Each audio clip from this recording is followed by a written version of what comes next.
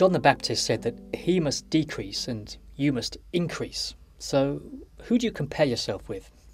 I said to my disciples, what am I like to you? To what would you compare me? What did they say?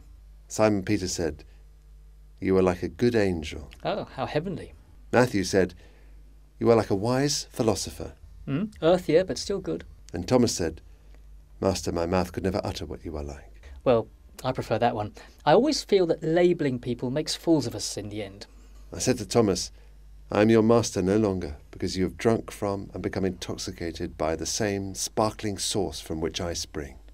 So perhaps it's best to say nothing about you, teacher, though Herod thinks you're John the Baptizer come back to life. But stepping back for a moment, it would help if I could just sort of gather my thoughts. I'm trying to understand you. I wouldn't be here if I wasn't, but I'm not sure how well I'm doing. Because what have we got so far? We've got a man who called his followers to cut loose from home, family and livelihood and commit themselves to an insecure and precarious existence, and all for a cause they barely understood. He who is near me is near the fire. They found in you a natural leader, as did the others. In Galilee, the crowd asked you to lead them in nationalist revolt. They were content to follow you into a dangerous adventure, which means they trusted you. And then here in Jerusalem, in the temple, the bastion of Israel's nationhood and religion, you drove out the traitors by sheer moral force and a small whip. Well, that's both courage and authority.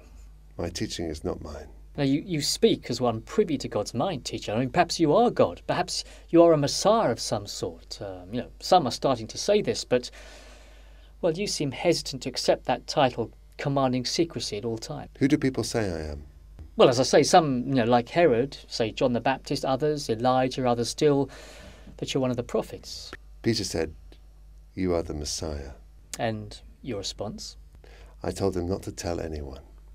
Maybe people need messiahs more than the kingdom of God needs them.